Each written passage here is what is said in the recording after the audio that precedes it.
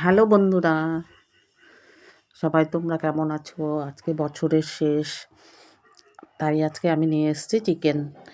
Chicken এটা আমি পুরো চিকেনটাই বাটার দিয়ে করেছি। আর ম্যারিনেটের জন্য আমি দিয়েছি এটাতে অল্প ভিনিগার আর পেঁয়াজ পেঁয়াজ বাটা, রসুন বাটা, অল্প আদা বাটা, আর দিয়েছি কাজু বাটা আর দই দিয়ে ম্যারিনেট করে এটাকে 1 ঘন্টার জন্য আমি ফ্রিজে রেখে দিয়েছি। 1 ঘন্টার পরে এই যে আমাদের ফ্রিজে আমি রেখেছি।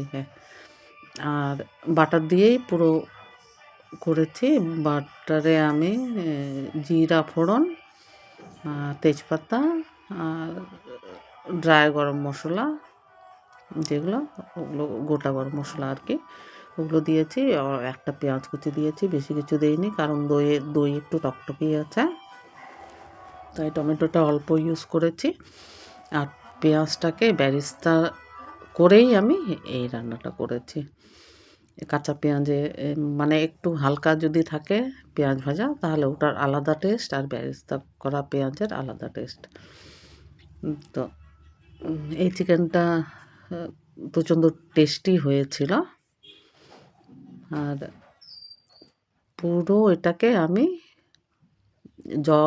তেল না ছাড়া অবধি কষিয়েছিলাম। কষিয়ে অল্প জল দিয়ে ঢাকা দিয়েছি। ঢাকা দিয়ে আমি যখন হয়ে আসছে তখন একটু ধনেপাতা আর অল্প দিয়েছিলাম, ধনেপাতা, গরম মশলা অল্প দিয়ে করেছিলাম। ঠিক আছে।